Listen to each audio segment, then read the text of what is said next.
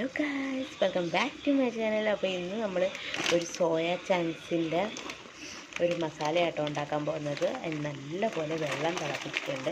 അത് കഴിഞ്ഞ് നമുക്ക് സോയ ചങ്ക്സ് ഇട്ട് കൊടുക്കാം.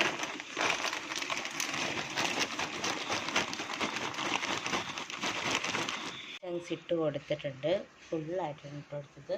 അതിനുശേഷം നമുക്ക് കുറച്ച് ഉപ്പും കൂടി ഇട്ട് കൊടുക്കാം.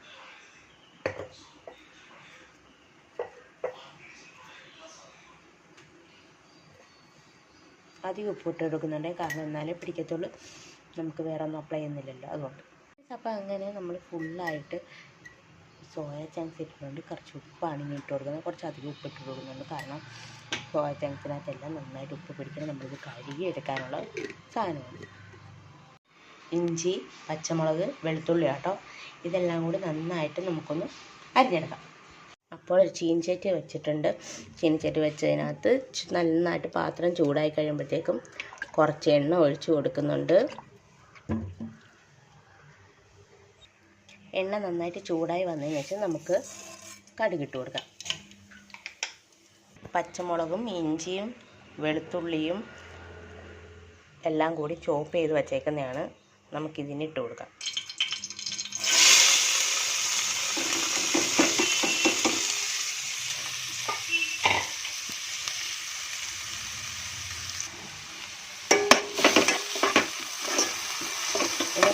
ഇത് വരുന്നവരെ നമുക്ക് വെയിറ്റ് ചെയ്യാം. ഇതിനകത്ത് കുറച്ച് ഉപ്പും കൂടി ഇട്ട് കൊടുക്കാതെ.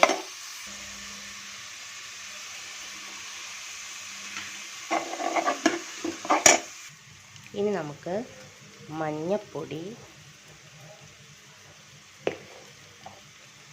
മല്ലിപ്പൊടി,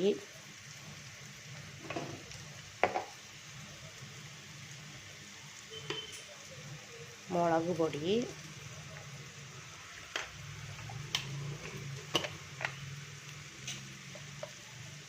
കുറച്ച് കുരുമുളക് പൊടി,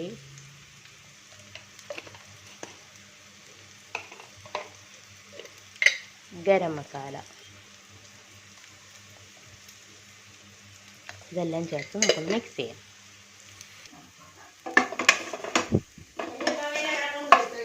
അതാ, അപ്പോൾ എല്ലാം കൂടി നമ്മൾ സോയ ചങ്ക്സും കൂടി ഇട്ടിട്ടുണ്ട്. എന്നിട്ട് നമുക്കിത് പുരട്ടിയെടുക്കാവേ.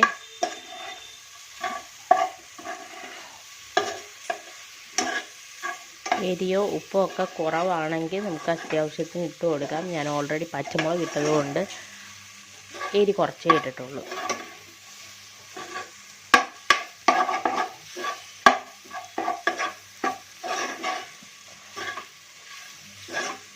ഇതൊരു ഡ്രൈ ഫ്രൈ ആട്ടോ.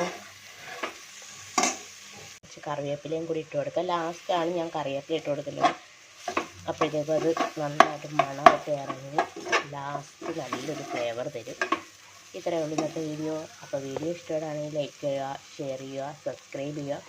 നല്ല പനിയുണ്ട്, ആ സമയത്തും വലുതൊക്കെ കഴിക്കണമല്ലോ, നമുക്ക് ഉണ്ടാക്കിയല്ലേ പറ്റത്തുള്ളൂ. അപ്പോൾ നമുക്ക് ഇന്നത്തെ വീഡിയോ ഇത്രയേ ഉള്ളൂ. ബൈ.